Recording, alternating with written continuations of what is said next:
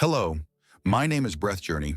If you're hearing this, perhaps a part of you feels tired, not just in your body, but somewhere deep inside your mind. And I want to tell you this, you don't have to travel far to find peace again. It's still here, quietly waiting, right within your breath. When I was younger, I used to believe that health was purely physical, something that belonged to medicine, to doctors, to the numbers on a lab report. But after more than 20 years of working with older adults, teachers, doctors, engineers, parents, people who have lived fully, I discovered something profoundly simple. The body is a mirror of the mind. When the mind is calm, the body heals. When the mind is restless or afraid, the body begins to speak through aches, insomnia, a racing heart, or a sense of emptiness we can't name. And now neuroscience confirms what ancient masters already knew. Every thought you have, every breath you take, sends messages throughout your entire body. When you think peaceful thoughts, your brain releases serotonin, the hormone of happiness and balance. When you breathe slowly and deeply, the vagus nerve, the bridge between brain and heart, is activated, slowing your heartbeat, lowering blood pressure, and allowing the body to enter a state of restoration. So healing doesn't begin with effort. It begins with a single conscious breath. Breathe in. Know that you're breathing in. Breathe out. Know that you're breathing out. That's all.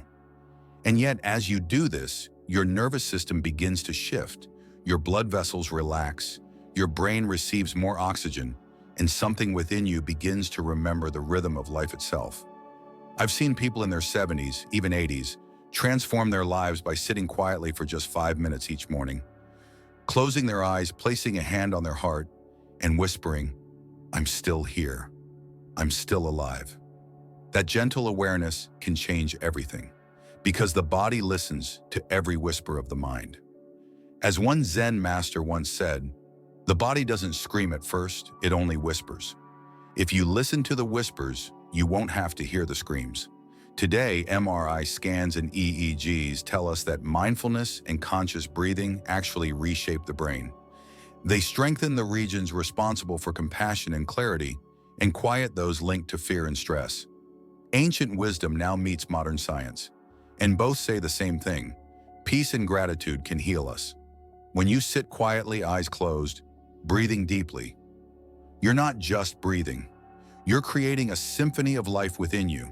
The parasympathetic system awakens, the heart rate slows, oxygen flows freely, and every cell begins to remember how to restore itself. Breath is not only what keeps you alive, it's what keeps you awake to life. So today, I invite you to walk this journey with me. An inner journey through 11 ancient techniques of self-healing with the mind. These practices come from Buddhist and Zen traditions, but they are also supported by modern neuroscience. They are simple, gentle, and transformative. A doorway to the peace that has always lived inside you. You don't need to memorize them. You don't even have to do them right.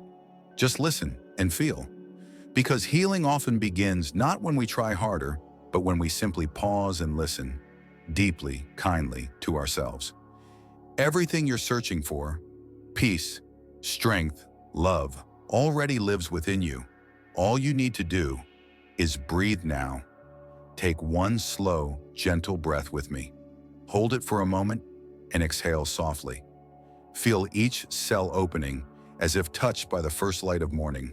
The journey begins here, with the breath, with the heartbeat, with the choice to come home to yourself. Welcome to Breath Journey, a journey of stillness, healing, and gratitude for being alive.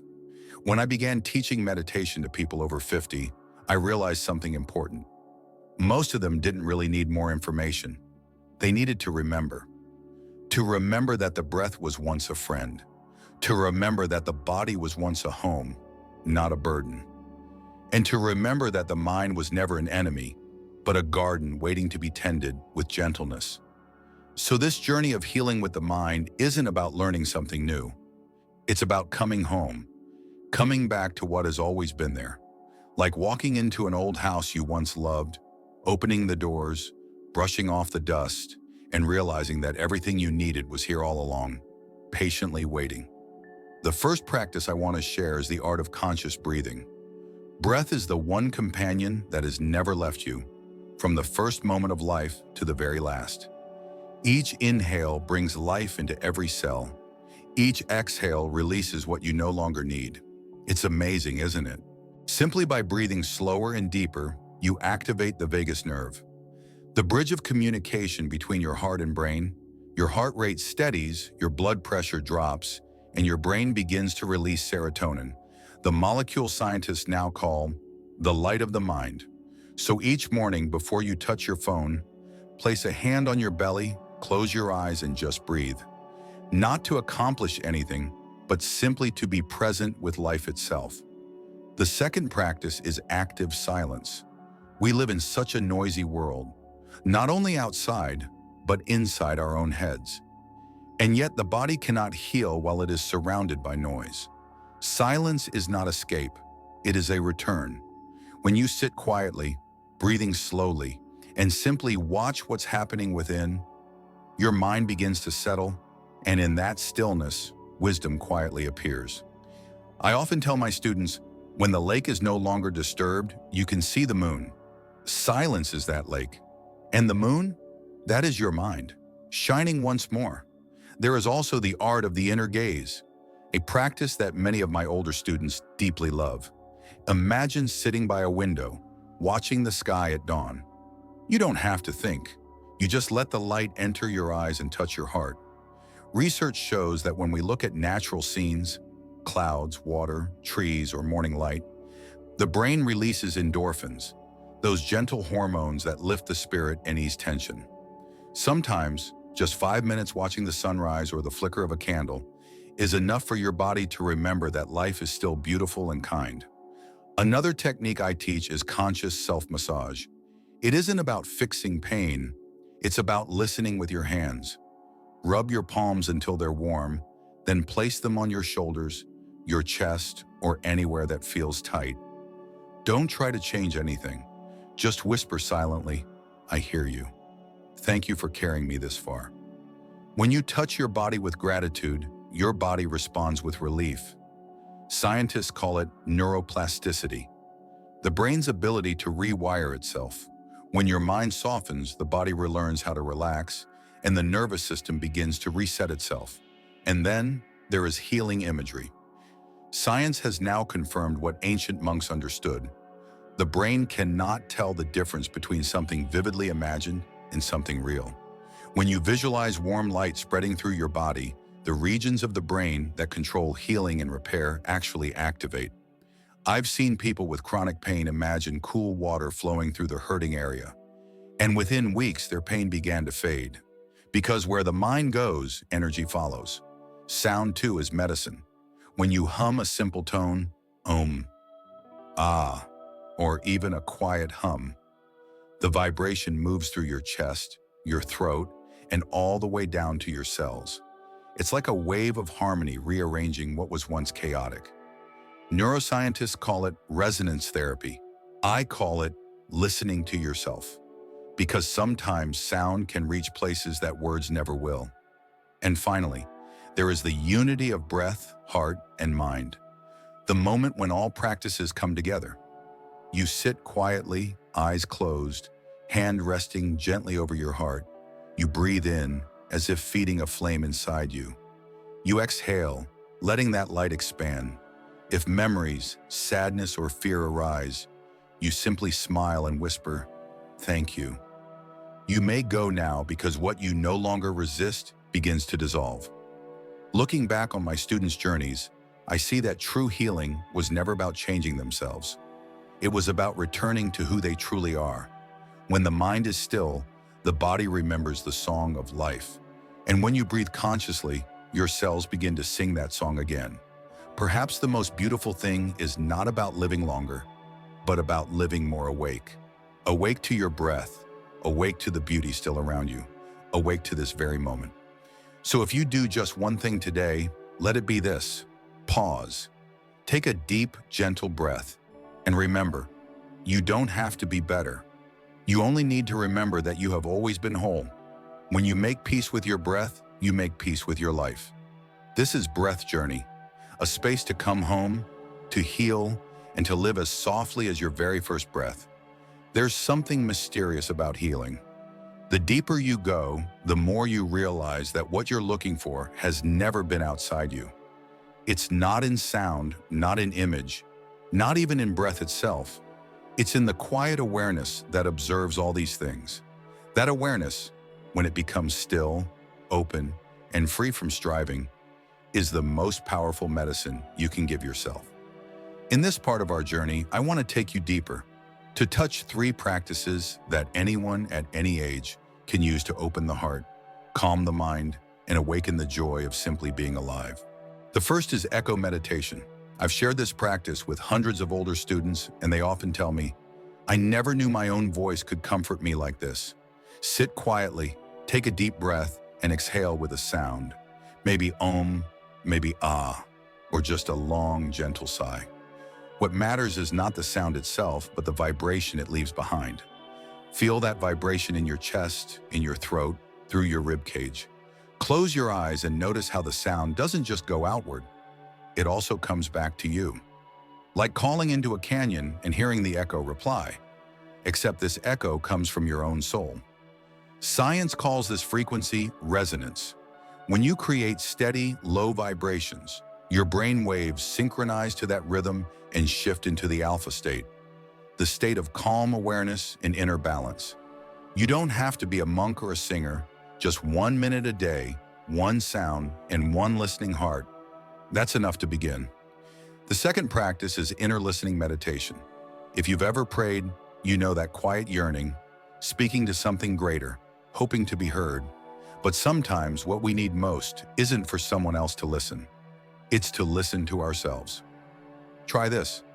Sit still, place your hand over your heart, and softly ask, "What part of me needs love the most right now?" Then stop. Don't answer. Just listen. At first, you might only hear your heartbeat, or the wind, or a faint hum of silence. But if you keep listening, something will rise. Maybe an image of your younger self, maybe an old sadness, maybe just a tear that finally feels safe to fall. Don't push it away. Let it be here. That's the part of you that has been waiting to be held. I often tell my students, listening to yourself is also a form of prayer. But this time, the divine isn't somewhere out there. It's right here, inside you. When you listen without judgment, your body softens, your heartbeat steadies, your brain waves shift from stress to harmony, and in that moment, healing has already begun. The third practice is loving energy expansion, and it may be the most beautiful of all. After meditation, close your eyes and imagine a small flame in the center of your chest. That flame is love, your life force, the part of you that has never stopped believing. Breathe in, and the flame glows brighter. Breathe out, and let its light spread. First, let it surround you, your body, your fatigue, your fears, the places that still ache. Then, slowly, allow it to reach your loved ones, your family, your friends, even those you've quarreled with or lost along the way.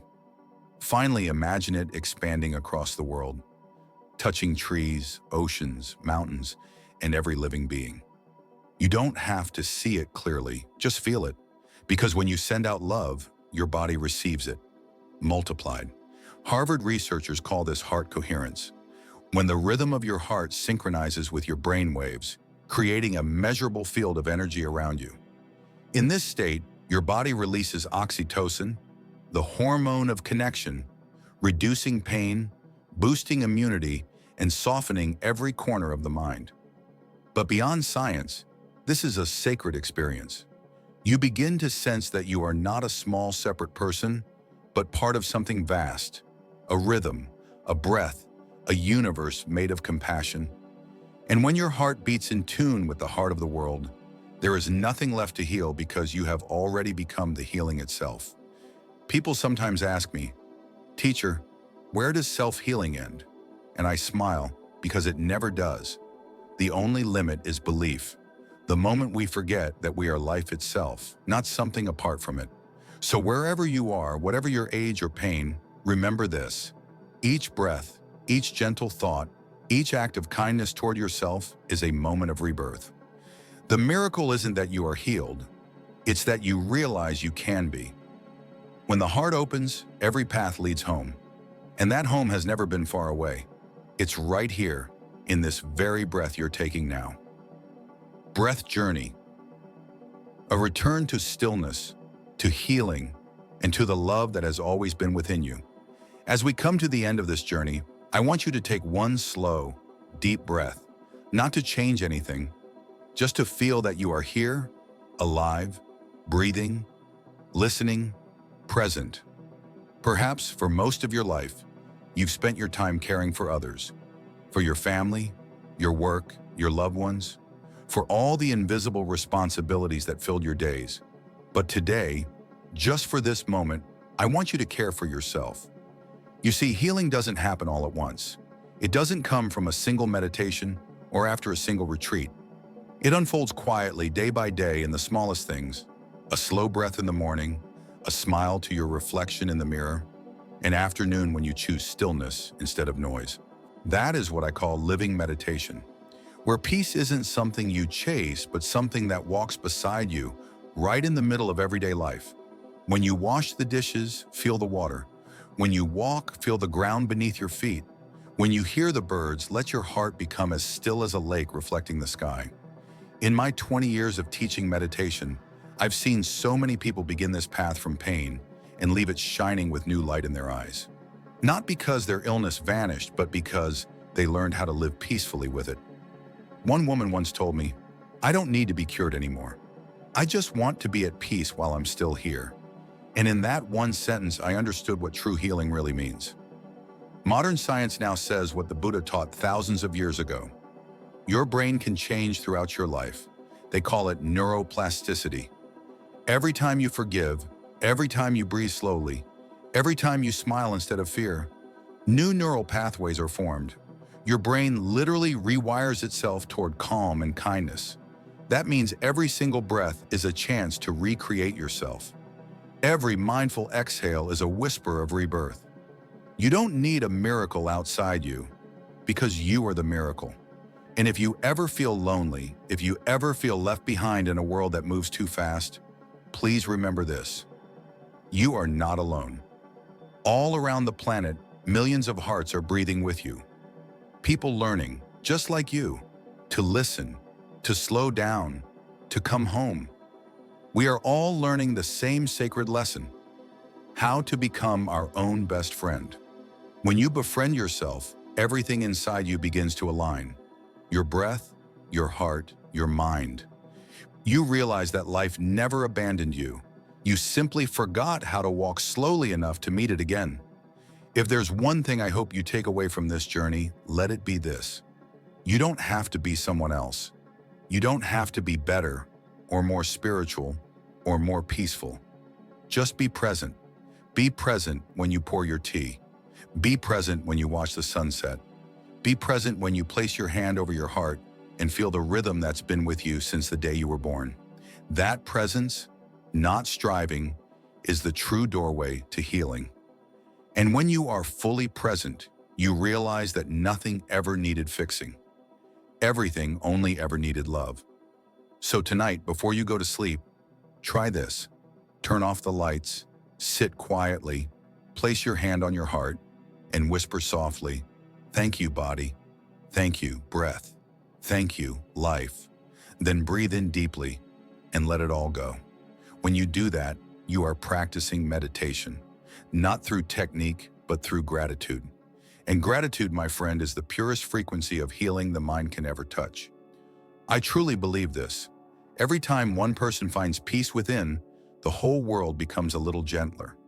When you sit in stillness, you are not only healing yourself, you are healing the collective heart of life itself. That is the greatest gift you can give to the world. Everything you seek, peace, strength, love, already lives inside you. Breathe and let life itself guide you. I am Breath Journey, and I want to thank you for walking beside me. Through breath, through silence, through love. If something in these words has touched your heart, keep it close, like a small seed of light. Let it grow in the days to come, And when you're ready, share that light with others. Because every time you breathe in peace, the whole world heals. One gentle breath at a time. Breath Journey, where every breath is a prayer for life.